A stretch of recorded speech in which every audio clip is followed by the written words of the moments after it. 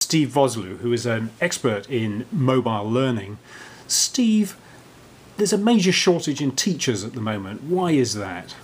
So you're quite right. It really is a major shortage. The Education for All goals are a set of goals that were agreed upon in 2000 with certain targets set for 2015. To reach these targets, it's been worked out that we need an additional 5.4 million teachers. Now in the next 3 years, we need them. Not only just teachers, but we need them to be qualified, because typically what happens is the existing teacher body that we have is largely either underqualified or unqualified, especially in developing countries.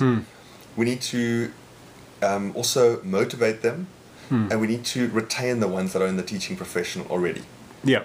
And of course, we believe that mobile technologies have a major role to play in contributing towards getting these teachers on board, motivating them, training them, etc. And then retaining them.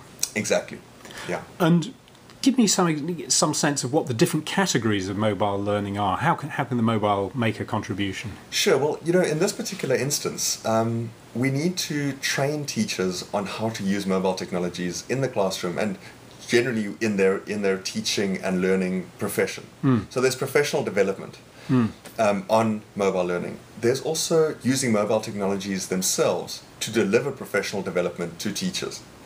And then within that context, there's also additional issues you need to consider. For example, that teachers as well as learners are safe in using mobile technologies, that their privacy is protected, that they use these devices responsibly, etc.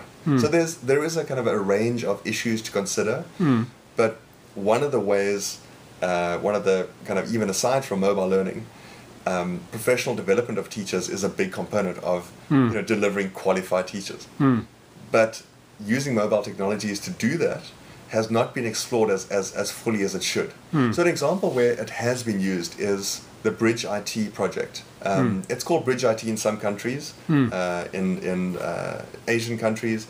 Elsewhere it's called Text to Teach. Yeah. But essentially, what it is delivering educational content via the mobile network to a mobile phone that gets plugged into a TV, and kids watch this in class. Yeah. These are kids who couldn't access content via any other way. But the tendency here is to convey the information through the teacher rather than direct to the student. Well, so in this instance, it's using technology to deliver the content in ways in ways that aren't possible in other ways. But what's nice about this project is that there's a professional development component where the kids watch the video and then the teacher talks through that. And there's a whole lesson plan around getting the kids to do inquiry-based learning, etc. That whole project has a real significant component on training those teachers, not just to switch on press play, but also how to create good learning, setting up good learning moments based on this content that's been delivered. And one of the problems that emerges from mobile learning is the teachers themselves. They are absolutely vital to the process of implementing these learning systems, but they seem quite resistant. And my own experience of African education is that it's quite rote learning based. Therefore, the idea of interactive teaching strikes me as a step beyond where they are. Absolutely. Mobile learning is almost the poster child of a much bigger pressure that is being exerted on the traditional education system, that is traditionally more conservative, more rote learning, more kind of based on a factory model of learning. Teacher speaks, students listen. Now in 21st century education, it needs to be a lot more interactive, developing additional skills like critical thinking, communication, group work, etc. And mobile learning lends itself very well to developing those skills. But unless the teacher is open to that, there's a blockage there. So we know... And are there places where people have actually made changes in the education system? Because it seems to me like health systems, the education system is quite resistant to change. Sure, it is. Very much. It's like an oil tanker. You don't just do a U-turn, on a tikkie. You have to it's a big, long process, and I think that we're right now in the middle of that. And in this process of change, mobile learning has come along and said, the whole way in which information is delivered and the way in which people can participate and create content and interact is now being facilitated in new ways that have never been around before. And so we really need to engage with that. There are some interesting examples from the US in particular. There's a school called Katy, the Katy School District in Texas, that has really thought about not about what mobile learning does for education, but about what the new type of education needs to look like.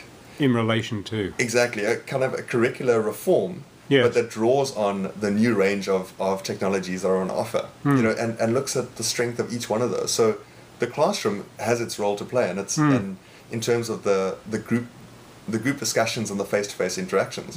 The mobile technologies have a role to play in terms of guiding self-learning, or being on on mobile social networks where you can do peer interaction and you can carry on that kind of that discussion that started in the classroom. So there are examples. Another example is South Korea. That's made a big move towards digital and digital textbooks. So different countries are different places, but certainly a change needs to happen. And within the teaching profession, a change needs to happen. What's interesting here is, well, not interesting, it's just what one can observe is that it's not just mobile learning, teachers have been resistant to ICT in general. Some teachers. Yes. And I think that it's up to those in education to make the case for mobile learning or ICT in education. Because teachers are overworked, they're underpaid, they're stressed, they might have 80 learners in their class. If you come along and say, here's another thing you have to learn, that's not a very compelling case for them to pick up on it. If you say this is a really efficient way or effective way or interesting way for you to achieve your same educational goals, then they will listen.